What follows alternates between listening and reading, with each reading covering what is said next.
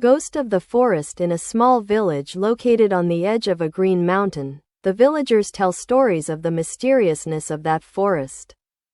They believe that there is a powerful forest spirit living there, protecting the trees, wild animals, and everything in the deep forest.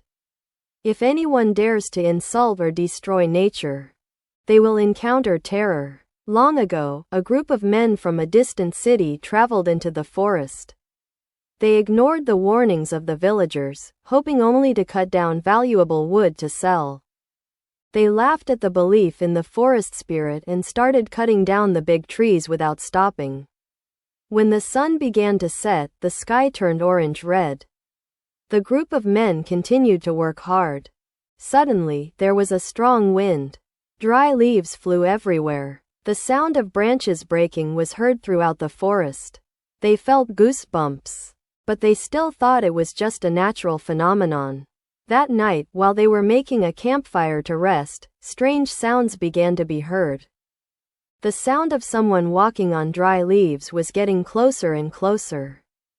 But when they looked around, they saw no one. A faint shadow appeared between the big trees.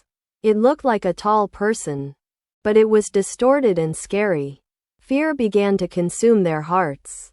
Some tried to light a fire, but it suddenly went out for no reason. Cold laughter came from all directions, as if someone was mocking them. A man, terrified, decided to run deep into the forest. He hoped to escape this terror, but the deeper he ran, the more he felt like someone was staring at him from behind. The howling wind sounded like an eerie whisper beside his ears. The next morning, the villagers went into the forest to search for the group of men. What they found were traces of damage from logging and scattered belongings, but no trace of the men was found. It was as if they had disappeared without a trace. The villagers found only one man.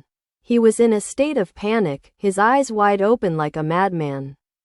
He kept talking about the tall shadow, the cold laughter, and the blood-red eyes that stared at him with hatred.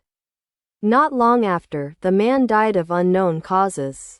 Since then, no one dared to encroach on the forest to cut down trees. The villagers respected and feared the forest lord, who protected the forest.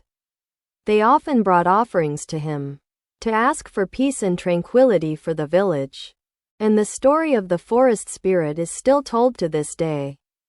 It is a reminder to people to be aware of the importance of respecting nature and the terrifying consequences of those who dare to insult the power of the forest.